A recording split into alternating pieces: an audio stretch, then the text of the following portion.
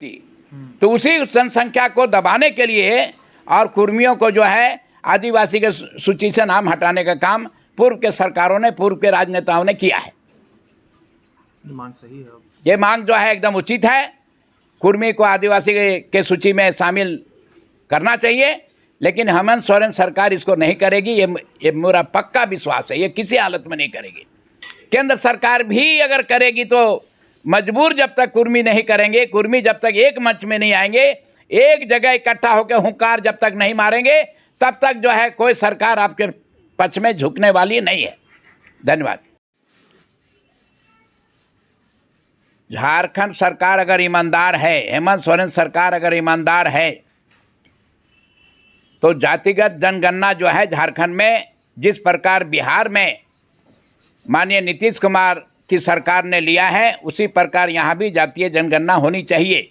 लेकिन हेमंत इस मामले में नहीं निर्णय इसलिए ले रहे हैं कि उनका पर्दाफाश हो जाएगा। क्यों? वो जो कह रहे हैं कि ये आदिवासी राज्य है, ये आदिवासी राज्य नहीं है।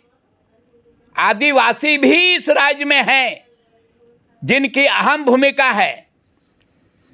जो यहाँ के मूलवासी हैं, मूलवासियों के साथ साथ आदिवासी भी हैं। आदिवासियों की जनसंख्या यहाँ पर मान लीजिए 26% है, तो 26% जनसंख्या के आधार पर आदिवासी राज्य कैसे बोल सकते हो भाई? इसीलिए ये सबका राज्य है, यहाँ के मूलवासियों के लिए राज्य बना है, ना कि सिर्फ आदिवासियों के राज्य बना है।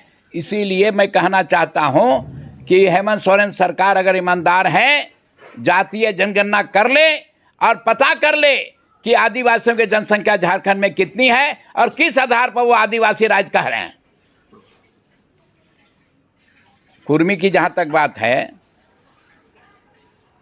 कुर्मी 1913 में से लेकर के 1932 तक और जो है आदिवासी के सूची में जिनका दर्ज था, उसके बाद जो है 1951 में आदिवासियों का नाम जो है आदिवासी के सूची से हटा दिया गया। हटाने का मूल कारण है राजनीति, कि आदिवासी की सूची में अगर रहते तो आज झारखंड में आदिवासी के जगह पर कुर्मी राज्य करता। मैं समझता हूँ पिछड़ों की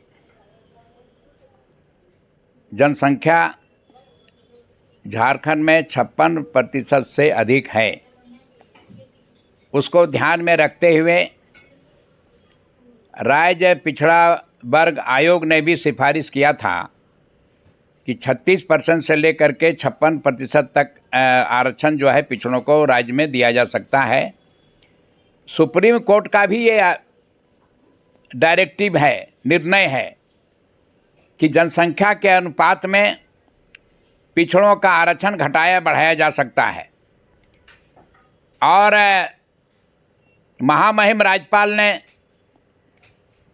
उस पर भी पुनर्विचार के लिए जो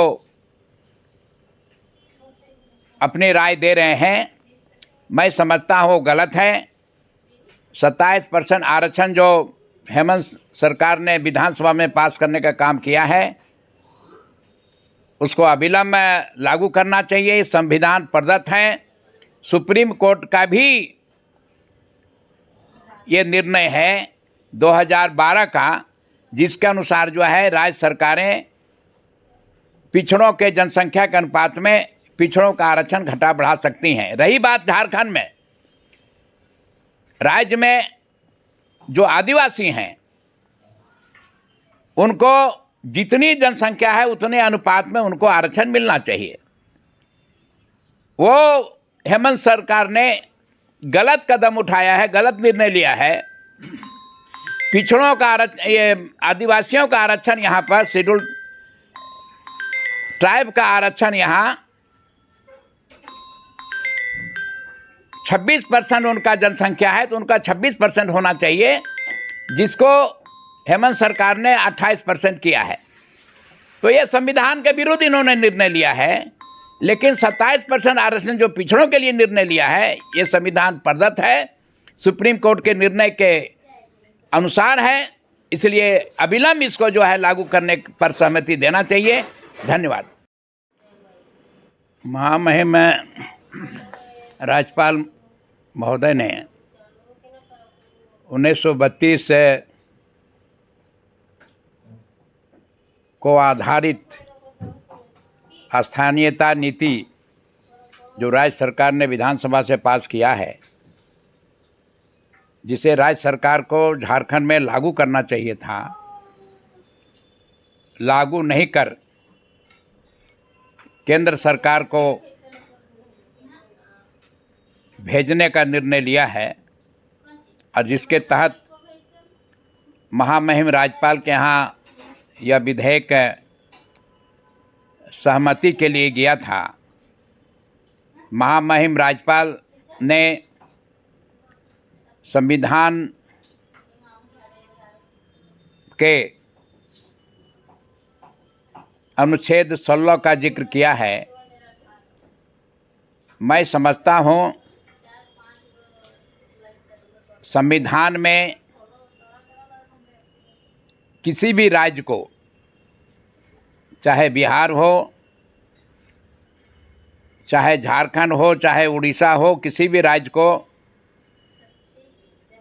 क्लास 3, क्लास 4 आदि पदों के लिए स्थानीयता का निर्धारण करने का अधिकार प्राप्त है। इसीलिए एक तरफ महामहिम राज्यपाल ने यह भी कहा है कि भारत के संसद को ही ये अधिकार प्राप्त है, किसी तरह का वो निर्णय लेने का अधिकार संसद को है। तो झारखंड विधानसभा में केंद्र को ही भेजने का काम किया है। केंद्र निर्णय लेती ये संविधान प्रदत्त है कि नहीं है। इसीलिए महामहिम राज्यपाल ने इसको वापस करके ये साबित कर दिया कि केंद्र के इच्छा को ही उन्होंने दर्शाने का काम किया है। भारतीय जनता पार्टी नहीं चाहती है कि 1932 का खतियान आधारित यहाँ पर स्थानीय नीति लागू हो। इसलिए मैं समझता हूँ ये महामहिम राज्यपाल का जो निर्णय है वो गलत है, और हेमंत सरकार को पुनः इस विधेयक को महामहिम राज्यपाल के यहाँ भेजना चाहिए, और महामहिम राज्यपाल को मजबूर करना चाहिए कि वो केंद्र को इस प्रस्ताव को भेजने का काम करें। धन्यवाद। झारखंड की आवाज YouTube न्यूज चैनल को सब्सक्राइब जरूर करें, लाइक, कमेंट और शेयर करना ना भूलें। जुड़े रहिए हमारे साथ, क्योंकि हम हैं आपकी आवाज।